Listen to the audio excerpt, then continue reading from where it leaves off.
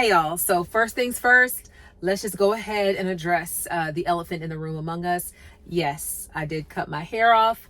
I wasn't even planning on cutting my hair off. I didn't really have, this desire to cut my hair off.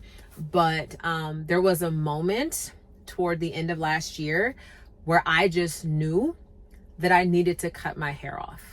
And I made a post about this on Instagram where if you actually study hair, and hair is, protein follicles, but if you actually study hair on the human head, hairs grow at different rates according to a cycle that lasts anywhere from 2 to 6 years. And so you can essentially have on your head, you can have brand new hairs and you can have hairs that are like 6 years old.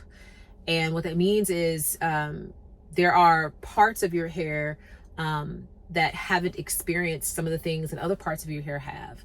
And so the reason why I just went ahead and cut everything off is because I wanted to just start fresh, starting the new year fresh, y'all. Now, I will tell you this, even though I did kind of cut my hair off, I got this little pixie cut. When you see me preach, I will still be wearing my wigs. And the reason for that, y'all, is when I preach, first of all, I really admire preachers who look the same when they start that they do when they finish. I am not that way. I sweat a lot when I preach. I guess maybe it's because I preach hard. I don't know, but I sweat a lot when I preach. And so my hair gets drenched. But when I wear my wig, the wig kind of retains its style. And so I say all this to say, you're going to still see me wear the wig when I preach. But yes, I did cut my hair. So there's that. But let's talk. So I am in this new series now where I'm just sharing some observations I've had while watching characters in the movie The Devil Wears Prada, which is one of my, favorite movies. But a lot of times we tend to focus on the comedy and the fashion of the movie.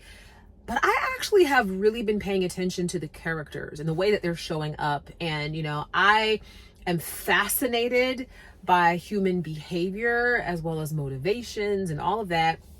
And so I've just been giving some thought to, man, how did each character just kind of come to be who they are? And so last week I talked about Miranda Priestley, who in the movie is the editor-in-chief of Runway magazine. And this week, I want to shift gears a little bit and just provide some brief thoughts, brief insights on the person who played her first assistant. Her name was Emily in the movie. And, as I was thinking about Emily, who, if you've ever seen the movie, she is very much so like the prototype of a mean girl. Very sharp-witted, quick-witted, very, very quick to be condescending, degrading. In many ways, she is a bully. I think you watch the movie and you just walk away like, wow, she is so mean. But when I was kind of contemplating, man, what is the making process for an Emily, this type of person who's just mean and condescending, but she's only mean and condescending downward. Upward, she manages incredibly well, right? She is very much so trying to get in and stay in the good graces of Miranda and people who are her superiors. But the people who are her peers and below, she is just ruthlessly mean. And I've actually worked with some Emily types in my career. I've known some Emily types in my personal life. And these tend to be people who are deeply insecure. If you were to talk to the people that they report to, or even the people who maybe have more power, more wealth, more fame than they do, they would only know that person to be, kind and, diligent and considerate. But if you talk to the people who actually work with them at a peer level and below, they would say the person is just very mean and condescending. And so I believe that in many ways, Emily is very much so like Miranda, actually. I believe that she had a rejection wound in her formative years that somehow caused her to connect the ideas of worth and achievement. And so Perhaps when she was a child, maybe she, didn't get the best grades, or maybe she didn't make a sports team, or maybe she didn't get a starring role in a school theater project, and her parents were disappointed with her. Maybe, her teachers were disappointed with her. Somehow, some way, she came to connect the ideas of worth and achievement, so much so that she only feels like she matters if she achieves or is in the good graces of people who have achieved. She also is threatened by people who could potentially get in the good graces of the people that, she wants to be in the good graces of. And the word for that is jealousy. We tend to use the words jealousy and envy interchangeably, but they're actually different. Envy is when I want what you have. Jealousy is when I'm afraid that you're going to take something that matters to me. So she, for example, was jealous of Andy, who we'll talk about in a future series, but she was jealous of Andy, who was the second assistant, because she thought that Andy was getting into the good graces of Miranda. And so she became threatened by that because she was afraid that she would be replaced. So I want to kind of tease this out, because if you see this in yourself, something where if you don't, get the promotion, if you don't get the award, if you don't get the recognition, if you aren't invited to the thing, and you start to question what's wrong with me, why am I not good enough? Why am I always overlooked? I really want you to start to ask yourself the question, why does this matter? Like, why does it matter that I wasn't chosen? Why does it matter that I wasn't invited? Why does it matter that I was overlooked? Why does that matter? Because once you start to ask that question, you can start to get to the heart of the insecurity that you may be carrying, as well as with people. If there are people in your life who, maybe they just get really, really triggered by your success. They get triggered by you becoming proximate to the people that they care about. Maybe there's somebody who, they get upset when you talk to their best friend, right? That is truly a manifestation of jealousy, which is a manifestation of insecurity. If you want to go deeper on that, I highly recommend you read my book, Killing Comparison.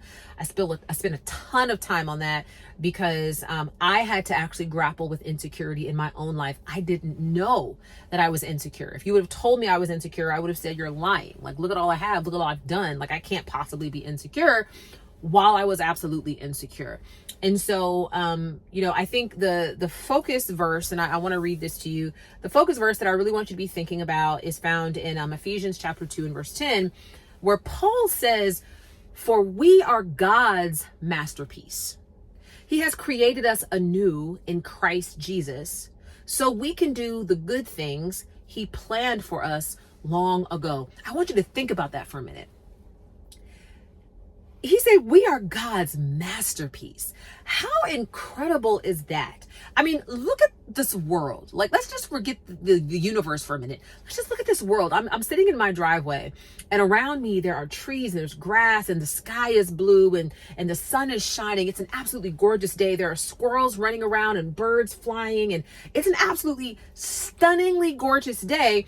But Paul says that we are God's masterpiece. So in other words, as stunningly gorgeous as all of this is, it doesn't even compare to the value that God has placed on us as his masterpiece. And I need you to absorb that. I really need you to absorb that, because Emily is made by believing the lie that if I can just be perfect, if I can just act a certain way, if I can just achieve enough awards and recognitions, then I'll matter. The reality is, Paul tells us, you were born a masterpiece. There's nothing you could do, nothing you could acquire, nothing you could achieve. There's no invitation you can receive, no friend group you could be invited to. There's nothing that can make you more valuable or more special than you already are right now. And so my hope for you, and I even kind of put this in the newsletter. If you're not a part of the newsletter, check the caption so you can join. I put this in the newsletter. I want you to ask yourself this question: where in my life am I striving for approval instead of resting in God's love? Where in my life am I trying to attain what I already have? That is the question that I want you just to kind of wrestle with and grapple with, because I can assure you that if you watch the movie The Devil Wears Prada and you kind of see how Emily acts and reacts to the situations that she encounters, you realize that so much of her identity is tethered to what doesn't matter. God already said that you are a masterpiece. And so we have to receive that. We have to accept that. What I would encourage you to do is that if this video has encouraged you to kind of think differently, if it has inspired you, share it with a friend. I want you to also like the video. Feel free to share comments. I actually read every comment on the videos. And I also, if you're on my email list and you reply to my email, I respond to those emails personally. I take that very seriously. But also subscribe to my YouTube channel. Subscribe to my e-newsletter, and tell your friends and family and colleagues about it, because I think we can all use a reminder of who we are. We can all use a reminder of the truth, because the enemy works night and day. He doesn't sleep. He works night and day trying to convince us of the lie that we're not enough. Because if he can convince us that we're not enough, if he can make us confused about our identity, that's literally the path that he takes to get us into sin, and he gets us into living beneath God's perfect will for us. It really truly is a question of identity. When you know who you are and you know whose you are, there are certain things you just will not do, and there are certain things that you will not tolerate.